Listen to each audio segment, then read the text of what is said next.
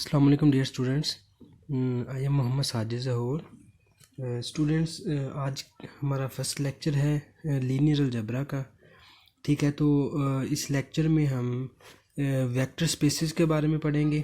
ठीक है, जो हमारा आज का मेन टॉपिक है वो वेक्टर स्पेसेस है। या लीनियर अलजेब्रा में फर्स्टली जो हम जिस टॉपिक से स्टार्ट लेंगे वो आपके पास वेक्टर स्पेसेस है। तो वेक्टर स्पेसेस में आज के टॉपिक में हम कुछ फील्ड्स के बारे में पढ़ेंगे कि फ़ील्ड हमारे पास क्या होती है। ठीक है, इसके अलावा वेक्टर स्पेसेस की डेफिनेशन पढ़ेंगे और वेक्टर स्पेसेस की डेफिनेशन के अलावा हम कुछ लीनियर कॉम्बिनेशन के बारे में पढ़ेंगे और इसके अलावा हम लीनियर स्पैन्स के बारे में पढ़ेंगे। ठीक है, तो ये सारे हमारे पास इसके बेसिक कॉन्सेप्ट्स हैं लीनियर अलजेब्रा के। ठीक है, और इन कॉन्सेप्ट्स की इन फ्यूचर या नेक्स्ट जो हमने चैप्टर्स स्टडी करने हैं उसमें ये हमारे लिए काफ़ी हेल्पफुल होंगे। तो स्टूडेंट्स, फील्ड्स से हम स्टार्ट लेते हैं। तो फील्ड्स के बारे में आप लोग ऑलरेडी जानते होंगे काफ़ी। ठीक है, तो फील्ड में हमारे पास क्या होता है कि कोई भी हमारे पास नॉन एम्प्टी सेट एफ है। ठीक है, ये नॉन एम्प्टी सेट हमारे पास उस वक्त फील्ड होगा अगर ये इसकी कुछ कंडीशंस मैंने लिखी हुई हैं, अगर ये फुलफ़िल करेंगे।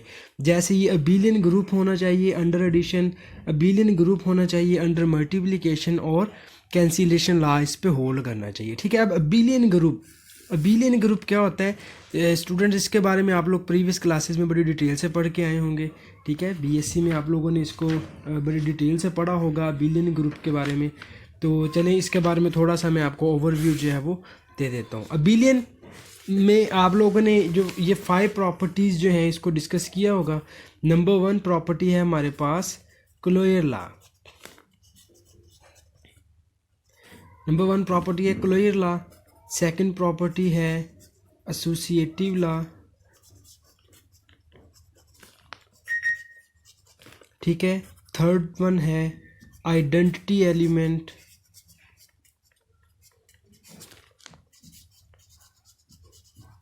ठीक है जी, नंबर 4 पे है इन्वर्स एलिमेंट और नंबर 5 पे है हमारे पास कॉम्यूटेटिव लॉ।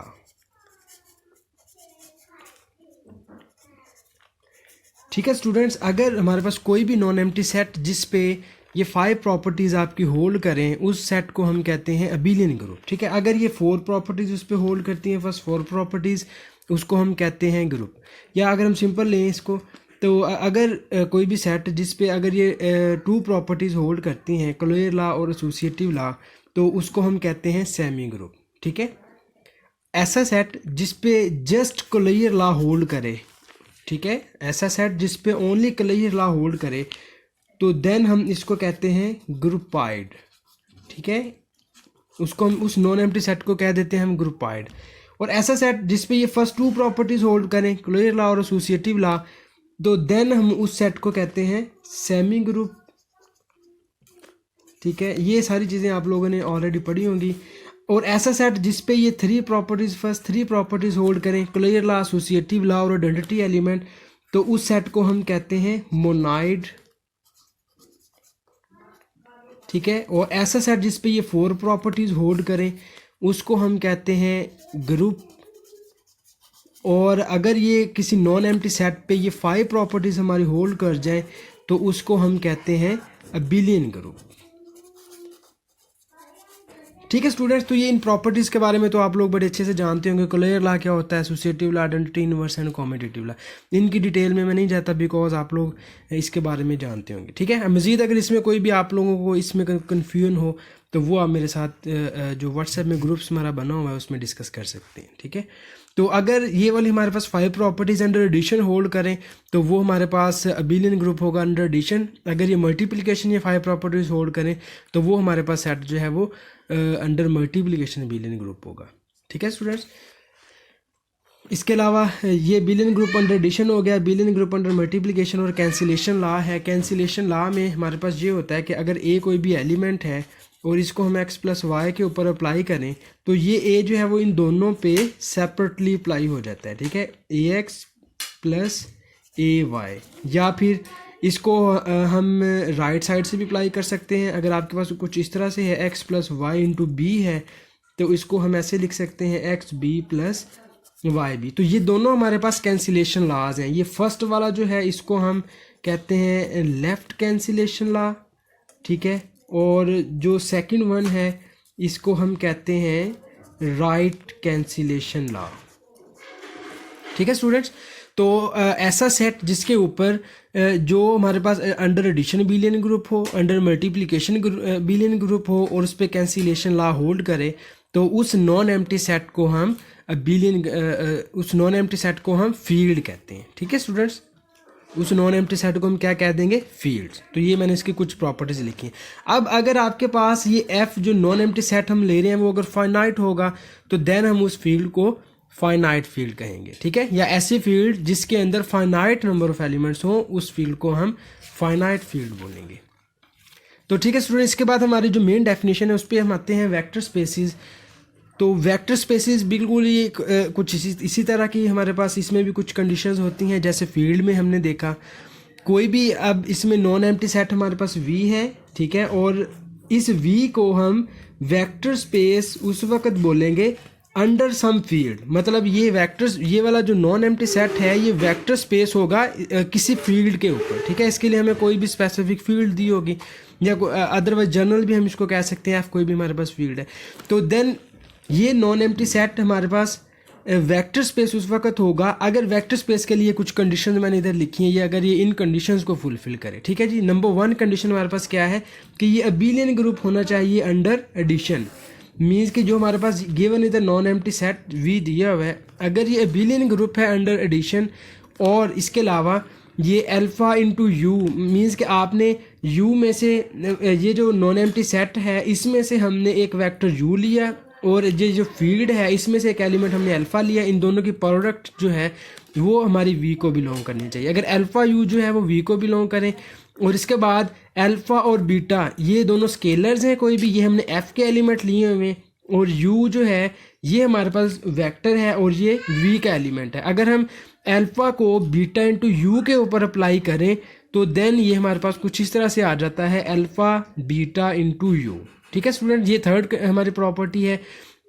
इसके बाद अगर आप V में से कोई वेक्टर U लें, उसको 1 से आप मल्टीप्लाई करें तो वो जस्ट U बन जाए, ठीक है। और फिफ्थ प्रॉपर्टी इसकी है कि अगर आप V में से 2 वेक्टर्स लें U और V और इन दोनों को आप ऐड करें और इनको किसी स्केलर अल्फ़ा से मल्टीप्लाई करें तो ये अल्फ़ा जो है इन दोनों वेक्टर्स के साथ सेपरेटली मल्टीप्लाई हो जाता है, ठीक है। ये फिफ्थ प्रॉपर्टी है। इसके बाद अगर आप फील्ड के 2 एलिमेंट अल्फ़ा और बीटा क्या है हमारे पास, फील्ड के 2 एलिमेंट्स, अगर आप फील्ड के 2 एलिमेंट्स का सम करें और इसको आप V में से किसी वेक्टर के साथ मल्टीप्लाई करें तो देन ये वेक्टर जो है इन दोनों पे सेपरेटली अप्लाई हो जाता है, ठीक है। मीन्स कि ये मैंने सिंपल आप इसको कह सकते हैं कि ये वाली जो मैंने 2 कंडीशंस लिखी हैं ये कंडीशंस असल में आपका कैंसिलेशन लॉ ही है, ठीक है। ये दोनों कंडीशंस हमारी कैंसिलेशन लॉ की कंडीशंस है। तो अगर हमारे पास कोई भी नॉन एम्प्टी सेट जिसके ऊपर ये वाली कुछ कंडीशंस होल्ड करें तो देन वो वाला सेट जो है हमारा वो वेक्टर स्पेस कहलाएगा, ठीक है स्टूडेंट। तो ये इन सारी कंडीशंस को आप लोग इजीली किसी भी नॉन एम्प्टी सेट के ऊपर इनको हम चेक कर सकते हैं। तो इसके बाद जो हमारे पास फील्ड होती है, ठीक है, एलिमेंट्स ऑफ फील्ड, हमारे पास जो फील्ड है उसके अंदर जितने भी एलिमेंट्स होते हैं वो सारे एलिमेंट हमारे पास स्केलर्स होते हैं, ठीक है। फील्ड्स के अंदर जितने भी एलिमेंट्स होंगे वो सारे स्केलर्स होंगे और V के अंदर V जो वेक्टर स्पेस जिसे हमने प्रूव किया, पीछे कुछ कंडीशन मैंने आपको बताई हैं, वेक्टर स्पेस के अंदर जितने भी एलिमेंट्स होते हैं वो सारे हमारे पास क्या होंगे, वेक्टर्स। अब ये चीज़ आप लोगों ने माइंड में रखनी है कि फील्ड के सारे एलिमेंट्स, अगर हम कहीं पे भी स्केलर्स की बात करेंगे तो मीन्स के वो फील्ड के एलिमेंट है, अगर हम वेक्टर की बात करेंगे तो वो हमारे पास वेक्टर स्पेस के एलिमेंट होंगे। तो जो वेक्टर स्पेस है उसको हम यूजुअली इस नोटेशन से डिनोट करते हैं V ऑफ F। इसमें F हमारे पास फील्ड है और V जो है इधर वेक्टर स्पेस है जो कि इस फील्ड के ऊपर डिफाइन की गई है, ठीक है स्टूडेंट्स। ये इसके बाद है कि the vector space over the field of real means, अच्छा अब अगर हम जो वेक्टर स्पेस ले रहे हैं, वेक्टर स्पेस के लिए हम ये जो फील्ड ले रहे हैं, अगर ये वाली फील्ड हमारी सेट ऑफ रियल नंबर्स पे कर रही है, ठीक है, कंसिस्ट कर रही है। अगर ये फील्ड हमारी सेट ऑफ रियल नंबर्स की फील्ड है तो देन ये वेक्टर स्पेस जो है हमारी ये रियल नंबर्स की वेक्टर स्पेस होगी। अगर ये फील्ड आपकी सेट ऑफ कॉम्प्लेक्स नंबर पे कंसिस्ट कर रही है तो देन हमारे पास ये जो वेक्टर स्पेस वी होगी ये कॉम्प्लेक्स वेक्टर स्पेस होगी, ठीक है। अगर मीन्स कि ये फील्ड पे डिपेंड करेगा। अगर फील्ड हमारी रियल है तो वेक्टर स्पेस रियल होगी, अगर फील्ड हमारी कॉम्प्लेक्स है तो वेक्टर स्पेस जो है वो भी कॉम्प्लेक्स होगी। इसके बाद नेक्स्ट टॉपिक हमारा है लीनियर कॉम्बिनेशन, ठीक है। तो लीनियर कॉम्बिनेशन के बारे में हम पढ़ते हैं। लीनियर कॉम्बिनेशन हमारे पास क्या है, इसमें ये V हमारे पास कोई भी वेक्टर स्पेस है, ठीक है। वेक्टर स्पेस को अभी हम कुछ प्रॉपर्टीज आपको बताई हैं। V कोई भी वेक्टर स्पेस है जो कि ये K हमारे पास कोई भी फील्ड है, इस K फील्ड के ऊपर डिफाइन की गई है, ठीक है। तो वो कहता है कि a vector V belongs to V। आपने वेक्टर स्पेस में से एक वेक्टर V लिया, वो कहता है कि ये V जो है ये u1 u2 um ये अदर वेक्टर्स ऑफ v के लीनियर कॉम्बिनेशन में उस वक्त लिखा जाएगा अगर हमारे पास ये कुछ स्केलर्स हैं a1 a2 up to so on an। Means के ये u1 टू um ये हमने कुछ ये वेक्टर स्पेसिस में से कुछ वेक्टर्स लिए, ये a1 टू am ये हमने फील्ड के कुछ एलिमेंट्स लिए या कुछ स्केलर्स लिए। तो इन स्केलर्स को इन वेक्टर्स के साथ आपने मल्टीप्लाई करना है, मल्टीप्लाई करके इनको हमने सम अप कर देना है, ठीक है। इन स्केलर्स को वेक्टर से मल्टीप्लाई करके इनको सम अप करें तो इनको ऐड करने के बाद बेसिकली ये हमारे पास ये इस v के इक्वल आने चाहिए। ये जो v हमारे पास वेक्टर है ना, इनको सम अप करने के बाद ये हमारे पास ये इस v वेक्टर के इक्वल आने चाहिए। तो देन हम ये जो v है हमारा, अगर ये आपकी इस सारे को सम करने के बाद ये v के इक्वल आ जाता है तो हम कह देंगे कि ये v जो है हमारा ये u1 u2 up to so on um इन वेक्टर्स के लीनियर कॉम्बिनेशन में लिखा गया, ठीक है। तो स्टूडेंट्स इसकी मैं थोड़ा सा इसको एक्सप्लेन करता हूँ एक एग्जांपल की मदद से। तो ये एग्जांपल मैंने आपके सामने लिखी है कि अगर आपके पास ये v कोई भी वेक्टर है r क्यूब में से मैंने वेक्टर लिख लिया है 1 -2 और 5, ठीक है। ये एक वेक्टर है r क्यूब में से। हमने इस वेक्टर को ये v1 v2 और v3 इस v वेक्टर को इन वेक्टर्स के लीनियर कॉम्बिनेशन में लिखना है। मीन्स के इसको हमने इस तरह की फॉर्म इसकी ड्राइव कर दी है, ठीक है। इसको हमने इस फॉर्म में लिखना है। इसमें ये a1 a2 a3 ये हमने ये स्केलर्स फाइंड करने हैं कि ये कौन से स्केलर्स आप v1 v2 v3 के साथ कौन से स्केलर्स लगाएं कि ये आपको उनको सम अप करने के बाद वो हमारे पास v वेक्टर बन जाए, ठीक है स्टूडेंट्स। तो इसका जो सॉल्यूशन है वो हम स्टार्ट करते हैं इधर से कि अगर आपके पास ये मैंने कोई भी स्केलर्स ले लिए x y और z ये हमारे पास 3 स्केलर्स हैं और v1 v2 और v3 ये वाले हमारे पास 3 वेक्टर्स हैं, ठीक है स्टूडेंट्स। ये वाले वेक्टर जो हमें स्टेटमेंट्स में दिए गए थे, v1 वेक्टर है 1 1 1, v2 वेक्टर है 1 2 3 और v3 वेक्टर है 2 -1 और 1। तो अब हमने इस v वेक्टर को इन 3 वेक्टर्स के लीनियर कॉम्बिनेशन में लिखना है। मीन्स कि हमने इसकी ये इस तरह से ये मैंने पहले इसको लिख लिया, इस फॉर्म में लिख लिया। अब इस फॉर्म में लिखने के बाद आप लोगों का टारगेट ये होगा कि आपने ये जो स्केलर्स हैं x y और z इन स्केलर्स की वैल्यू हमने जस्ट फाइंड आउट करनी है इधर, ठीक है। तो इन स्केलर्स को आप मीन्स कि ये जो मैंने वेक्टर्स लिखे हुए हैं इसको मैंने रो फॉर्म में लिखा है, तो आप इनको कॉलम की फॉर्म में भी लिख सकते हैं, ठीक है। इसमें कोई इशू नहीं है। आप इनको रो की फॉर्म में लिखने हैं, कॉलम की फॉर्म में लिखने, इसमें कोई इशू नहीं है। दोनों तरह से आप इसको कर सकते हैं। जैसे मैंने इसको कॉलम की फॉर्म में करके सम अप कर रहा हूँ, अगर आप इसको रो की फॉर्म में सम अप कर लेंगे तो वो भी ठीक होगा। तो इधर मैंने v की वैल्यू सब्स्टिट्यूट की कॉलम की फॉर्म में। v हमारे पास था 1 -2 5, इसको मैंने कॉलम की फॉर्म में लिख दिया 1 -2 5।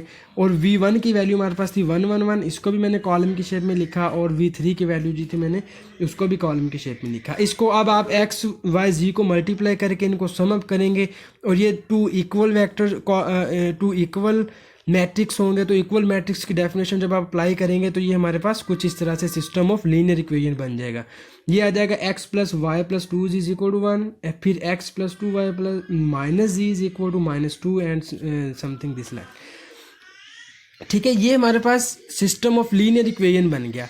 अब हमारा टारगेट इधर ये होगा कि हमने एक्स वाई और जी की वैल्यूज़ फाइंड करनी है। जस्ट अगर आप इधर से एक्स वाई और जी की वैल्यूज़ फाइंड करके उनको आप इसी में सब्स्टिट्यूट कर देंगे तो वो हमारा रिक्वायर्ड लीनियर कॉम्बिनेशन होगा। तो एक्स वाई जी की वैल्यूज़ फाइंड करने के लिए अब इधर आपको इन इक्वेशंस को सॉल्व करने के डिफरेंट मेथड्स आप लोगों ने पढ़े होंगे। तो उन डिफरेंट मेथड्स में से आप लोगों को जो भी मेथड ईजी लगे आप लोग वो अप्लाई कर सकते हैं इधर इनको, ठीक है। तो इनको हम एचुलन फॉर्म में रिड्यूस करके भी इनको नेक्स्ट सॉल्व कर सकते हैं, या फिर आप इनको रिड्यूस्ड एचुलन फॉर्म में कन्वर्ट करके भी इसको सॉल्व कर सकते हैं। इसके अलावा और भी अदर मेथड्स हैं, अगर उनमें से आप लोगों को कोई इजी लगे तो आप कोई भी मेथड्स अप्लाई करके इधर हमें एक्स वाई और जी की वैल्यूज़ हमने फाइंड करनी है, ठीक है। तो मैं इसको एचुलन फॉर्म में रिड्यूस करूँगा। तो एचुलन फॉर्म में रिड्यूस करने के लिए हमने क्या करना है कि इन स्केलर्स के जो कोएफिशिएंट्स हैं उनको मैट्रिक्स फॉर्म में लिखना है। तो इन स्केलर्स के जितने भी कोएफिशिएंट्स आए उनको मैंने इस तरह से ऑगमेंटेड फॉर्म में लिख दिया, ठीक है। ये मैंने एक ऑगमेंटेड मैट्रिक्स लिखा है। ऑगमेंटेड मैट्रिक्स का आप लोगों को पता है कि इसमें इनके कोएफिशिएंट्स का मैट्रिक्स और जो इक्वल में एंट्रीज होती हैं उनको भी हम इसके अंदर इंक्लूड कर लेते हैं। तो ये मैंने इधर से एक ऑगमेंटेड मैट्रिक्स लिखा। अब इस ऑगमेंटेड मैट्रिक्स को मैंने एचुलन फॉर्म में चेंज करना है। तो एचुलन फॉर्म के लिए हम रोज़ ऑपरेशन भी यूज़ कर सकते हैं, कॉलम ऑपरेशन भी यूज़ कर सकते हैं। तो मैं इधर रो ऑपरेशन यूज़ कर रहा हूँ। इधर मैंने R2 माइनस R1 किया बिकॉज ये इधर फर्स्ट एंट्री हमने एचुलन फॉर्म के लिए 1 बनानी है और डाउनवर्ड जितनी भी एंट्रीज हैं उन सबको हमने 0 बनाना है। सिमिलरली ईच रो में जो फर्स्ट नॉन ज़ीरो एलिमेंट होगा उसको हमने 1 बनाना है और उसके नीचे जितने भी एलिमेंट्स होंगे उन सबको हमने 0 बनाना है। ये हमारे पास सिंपल एचुलन फॉर्म की डेफिनेशन है। तो इधर ये हमारा फर्स्ट रो में फर्स्ट एलिमेंट ऑलरेडी 1 बना हुआ है, इसके नीचे वाली एंट्रीज जो है उसको मैंने 0 बनाना है। उसके लिए मैंने ऑपरेशन यूज़ किया R2 माइनस R1।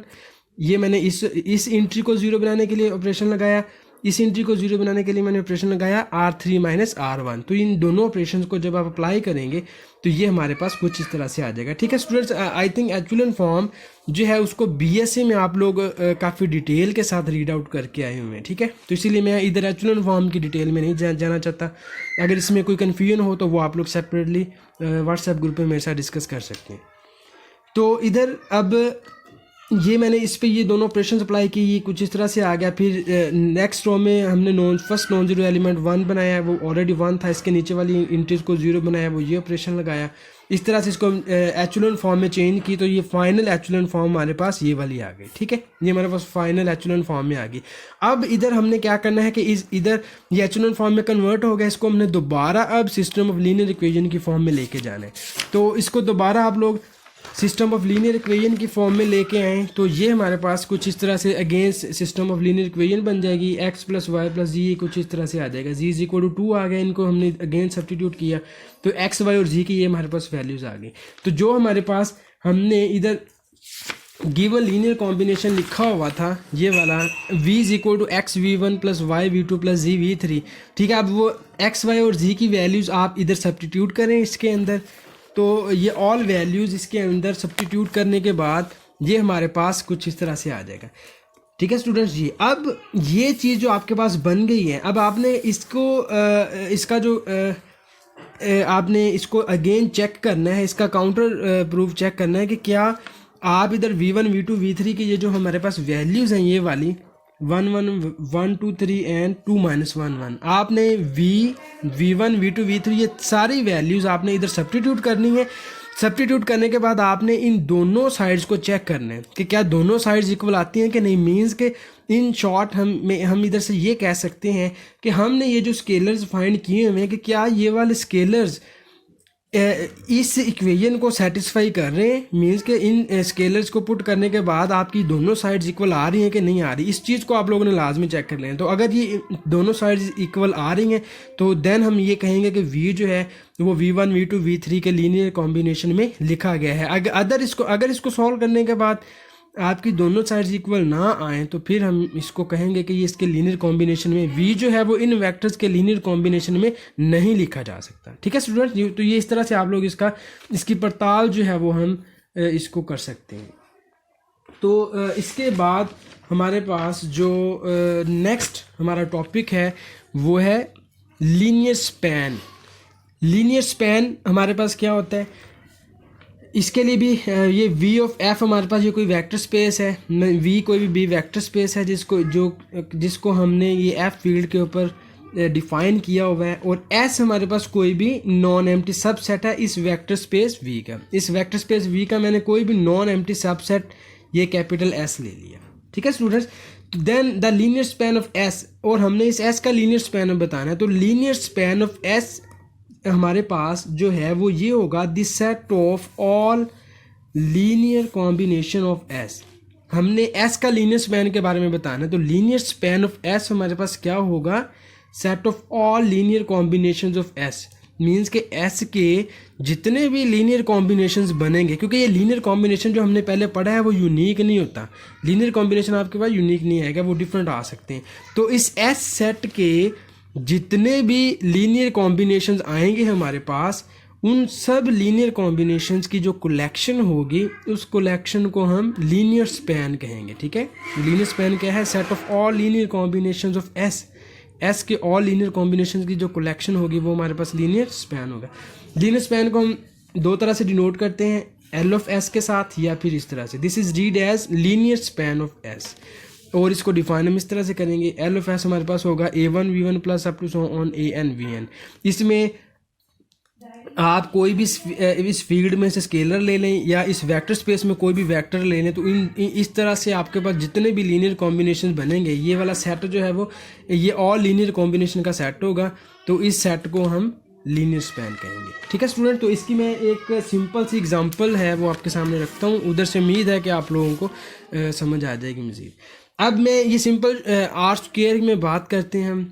इसमें आर स्क्वायर में मैंने 2 वेक्टर्स लिए 1 2 और 3 5। अब मैंने ये प्रूव करना है कि ये वाले दोनों वेक्टर्स जो हैं ये आर स्क्वायर को स्पैन करते हैं, मींस के हम इसके आर स्क्वायर में आप आर स्क्वायर में कोई भी वेक्टर आप ले लें, वो वाला वेक्टर इनके लीनियर कॉम्बिनेशन में लिखा जाएगा, या इन शॉर्ट आप ऐसे कह सकते हैं कि आर स्क्वायर के ऑल वेक्टर्स जो हैं वो इन दोनों वेक्टर्स के लीनियर कॉम्बिनेशन में लिखे जा सकते हैं, ठीक है।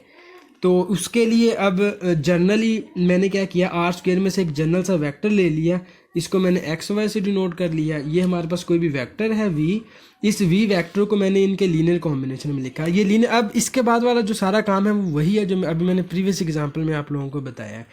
ये वी हमारे पास एक्स वाई है, इस वी को मैंने इस v1 और v2 के लीनियर कॉम्बिनेशन में लिखा। लीनियर कॉम्बिनेशन में लिखने के लिए आप लोगों को पता है कि हमें कुछ स्केलर्स की ज़रूरत पड़ती है, तो इधर मैंने a1 और a2 ये हमारे पास कोई भी स्केलर्स आ गए, तो इस वेक्टर को v वेक्टर को v1 और v2 वेक्टर्स के लीनियर कॉम्बिनेशन में लिखा, तो वो कुछ इस तरह से आ जाएगा। लीनियर कॉम्बिनेशन में लिखने के बाद मैंने इसको सिस्टम ऑफ लीनियर इक्वेशन की फॉर्म में चेंज किया, वो ये चीज़ आ जाएगी। अब आप लोगों का इधर जो मेन टारगेट होगा वो ये वाले जो स्केलर्स हैं इनकी वैल्यूज़ फाइंड करना। तो इन स्केलर्स की वैल्यूज़ फाइंड करने के डिफरेंट वेज हैं आपके पास, तो मैं इधर अगेन इसको एचुलन फॉर्म में रिड्यूस कर रहा हूँ, ठीक है। एचुलन फॉर्म में रिड्यूस करने के लिए a1 और a2 के जो कोएफिशिएंट्स हैं मैंने उसका एक मैट्रिक्स ले लिया, वो ये आ गया। इसको आप एचुलन फॉर्म में कन्वर्ट करें। After conversion of echelon form we get a1 की वैल्यू आ गई 2x - 1 और a2 की वैल्यू हमारे पास आ गई -5x + 3y। ये a1 और a2 हमारे पास 2 स्केलर्स थे, ठीक है स्टूडेंट। तो इस a1 और a2 की वैल्यू मैंने इधर इसके अंदर सब्स्टिट्यूट कर दी। अब ये हमारे पास क्या आ जाएगा, ऑल लीनियर कॉम्बिनेशन। अब इसको चेक आप लोगों ने कैसे करना है, इसके लिए हमने आर स्क्वायर को देखना था ना, तो आप इसमें से आर स्क्वायर में से कोई भी आर्बिट्रेरी वेक्टर उठाएं, जैसे 1 1 ले लें या 1 2 ले लें या कोई भी वेक्टर ले लें। आप इस वेक्टर को उठाएं, मीन्स कि ये आपके पास x है, ये y है। आप इस वेक्टर को उठाएं, इसकी वैल्यू आप इधर x y की जगह पर सब्स्टिट्यूट करें, तो ये v1 और v2 का एक लीनियर कॉम्बिनेशन बनेगा। इसी तरह से आप 1 2 वेक्टर को लें, वो भी इसका लीनियर कॉम्बिनेशन बनेगा। या इसमें से इसी तरह से ये वो वाले सारे वेक्टर्स जो इसके लीनियर कॉम्बिनेशन में लिखे जाएंगे, वो सारे वेक्टर्स हमारे पास क्या होंगे, स्पैनिंग सेट होंगे, या वो वाले सारे वेक्टर्स जो हैं वो हमारे पास linear span of R square में आ जाएंगे, ठीक है। तो ये सिंपल इसका हमारे पास मीनिंग था। तो ठीक है स्टूडेंट्स, आज के लिए इतना ही काफ़ी है। तो इन चीज़ों को आप लोग अंडरस्टैंड करें, ठीक है जी। थैंक यू, अल्लाह हाफिज़।